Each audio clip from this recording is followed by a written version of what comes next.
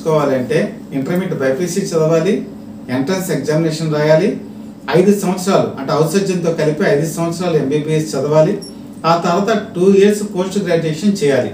అంటే దాదాపు 7 సంవత్సరాల పాటు అంకిత భావంతో యూనివర్సిటీస్లో చదివి అక్కడ నుండి ఎనాటమీ తెలుసుకొని ప్రాక్టికల్గా ప్రతి విషయాన్ని కూడా ప్రొఫెసర్స్ దగ్గర నుంచి నేర్చుకొని నిష్ణాతులై అప్పుడు డాక్టర్ వృత్తిని చేపడతారు. ఇది ఒక ప్రొసీజర్. కానీ ఈరోజు ఆంధ్రప్రదేశ్లో నిజంగా వీళ్ళే డాక్టర్స్ అవుతున్నారా, లేకపోతే 10th క్లాస్ పాస్ అయ్యి ఇంటర్మీడియట్ ఫెయిల్యూర్ అయిపోయి ఈవెన్ 10th ఫెయిల్ అయిపోయిన వాళ్ళు కూడా డాక్టర్స్గా చలామణిలోకి వస్తున్నారా? ఇది వింటే చాలామందికి ఆశ్చర్యం కలుగుతుంది, నిజంగా ఇది జరుగుతుందని. కానీ నిజంగానే జరుగుతుంది. చాలామంది అన్క్వాలిఫైడ్ పర్సన్స్ ఇంటర్మీడియట్ కూడా కంప్లీట్ కాని వాళ్ళు డాక్టర్స్ అని చెప్పి బోర్డులు పెట్టుకొని ప్రాక్టీస్ చేస్తున్నారు. దీనికి కారణం ఏంటి అంటే, ఒకప్పుడు ఎవరి దగ్గరైనా మంచి డాక్టర్స్ దగ్గర కాంపౌండర్లుగా పనిచేసి ఒక ఇంజెక్షన్లు ఇలాంటివి చేసి సెలైన్ బాటిల్స్ పెట్టడం నేర్చుకొని అది చాలు మాకు అనుకుని బోర్డులు పెట్టేసి యథాతథంగా ప్రాక్టీస్ చేసేస్తూ ఉంటే మరి పబ్లిక్ వాళ్ళకి ఉన్నటువంటి హెల్త్ ఏమవ్వాలి? వాళ్ళ ప్రాణాలు గాలికి వదిలేసేయాలా? వాళ్ళ ప్రాణాలు రిస్క్లో పడటం లేదా అని చాలామంది మేధావులు ప్రశ్నిస్తున్నారు. ఒకప్పుడు జిల్లా వైద్య ఆరోగ్య శాఖ దీనికి స్పెషల్ స్క్వాడ్స్ ఉండేవి. ఈ స్పెషల్ స్క్వాడ్స్ ఏం చేశారంటే ప్రతి చోటకి వెళ్ళి ఒక క్లినిక్ కానీ ఒక హాస్పిటల్ కానీ ఉన్నప్పుడు వాళ్ళకు ఉన్నటువంటి ప్రొఫెషనల్ డిగ్రీస్ని వెరిఫై చేసేవాళ్ళు. ఒకప్పుడు మీరు గతంలో కనుక ఒక్కసారి చూసుకుంటే 7-8 సంవత్సరాల క్రితం తణుకులో ఒక డాక్టరు ప్రాక్టీస్ చేస్తున్నాడు చాలా కాలం బట్టి.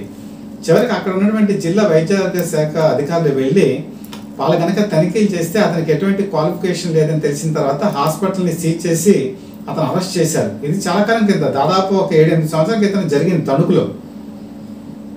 అప్పుడు మొత్తం రాష్ట్రం అంతా కూడా ఆశ్చర్యపోయింది. మరి ఆ భయం అనేది ఒకప్పుడు ఉండేది. ఏదైనా ఒక బోర్డు పెట్టాలి అంటే భయపడేవాళ్ళు. ఎందుకంటే వైద్య ఆరోగ్య శాఖ నుంచి ఎటువంటి తనిఖీలు జరుగుతాయి, మనం ఏం సమాధానం చెప్పుకోవాలని. కానీ ఈరోజు ఆ భయం ఉందా అంటే లేదు అనేటువంటి సమాధానమే పబ్లిక్ నుంచి వినిపిస్తుంది. మరి పబ్లిక్కి ఏంటి సంబంధం? పబ్లిక్కి చాలా మందికి తెలియదు. అన్ఎడ్యుకేటెడ్ పర్సన్స్ ఉంటారు, ఓల్డ్ ఏజ్ పీపుల్ ఉంటారు, చిన్నపిల్లలు ఉంటారు, అమాయకత్వంతో ఉండేవాళ్ళు ఉంటారు. వాళ్ళకి ఒక డాక్టర్ని బోర్డు కనపడం కానీ వెరిఫికేషన్ చేసుకోరు. ఇందులో రిజిస్ట్రేషన్ నెంబర్ ఏముంది, వాళ్ళ క్వాలిఫికేషన్స్ ఏంటి, వాళ్ళు ఎక్కడ చదువుకున్నారు, ఇవన్నీ కూడా తెలియదు. వెళ్తారు అక్కడ ఇంజెక్షన్స్ చేయించుకుంటారు, వైద్యం చేయించుకుంటారు, వాళ్ళ దీర్ఘకాలిక వ్యాధులు అంటే మందులు రాయించుకుంటారు. కానీ ఒకవేళ పొరపాటున గ్రహపాటున వాళ్ళు ఇచ్చే ఇంజెక్షన్స్ కనుక రియాక్షన్ ఇచ్చి వాళ్ళ ప్రాణాలు కనుక కోల్పోతే దానికి సమాధానం ఎవరు చెప్పుకుంటారు? ఆ నిండు ప్రాణాలను ఎవరు తీసుకొస్తారు? ముఖ్యంగా దీనికి గల ప్రాథమిక కారణం ఏంటి? నకిలీ సర్టిఫికేట్స్, డూప్లికేట్ సర్టిఫికేట్స్.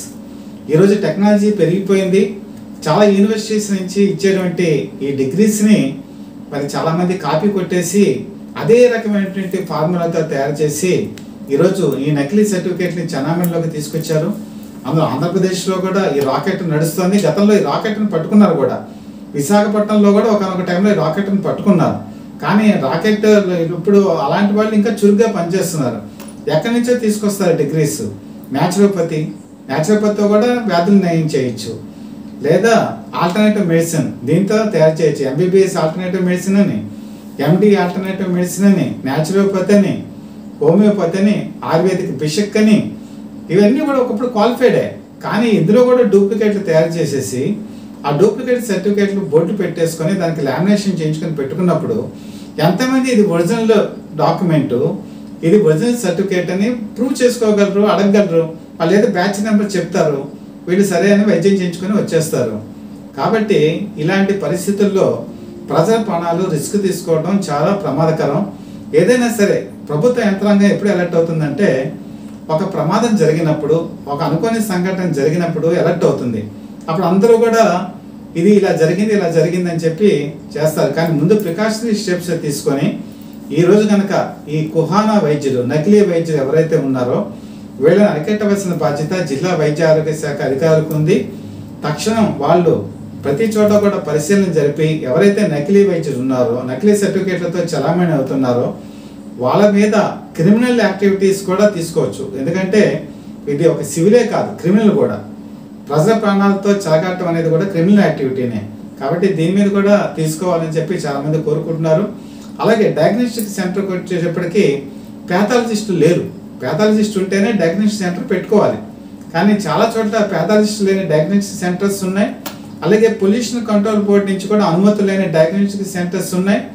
అలాగే డయాగ్నోస్టిక్ సెంటర్లో కూడా క్వాలిఫైడ్ పర్సన్స్ లేరు.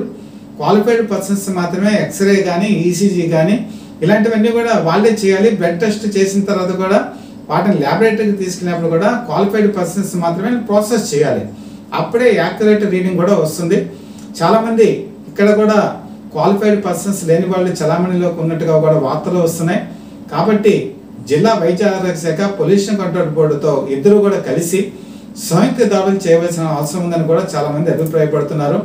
ముఖ్యంగా మరి నర్సింగ్ విషయంకి వచ్చేప్పటికీ పెద్ద పెద్ద స్టార్ హాస్పిటల్స్లో కూడా ఈ క్వాలిఫైడ్ నర్సులు షార్టేజ్ ఉంది. వీళ్ళు ఏం చేస్తున్నారంటే డిఎంఎండ్హెచ్ఓ డిపార్ట్మెంట్కి ఒక లిస్ట్ ఇస్తున్నారు, వీళ్ళు క్వాలిఫైడ్ నర్సులు అని చెప్పేసి వాళ్ళని అప్రూవ్ కూడా చేసేస్తున్నారు.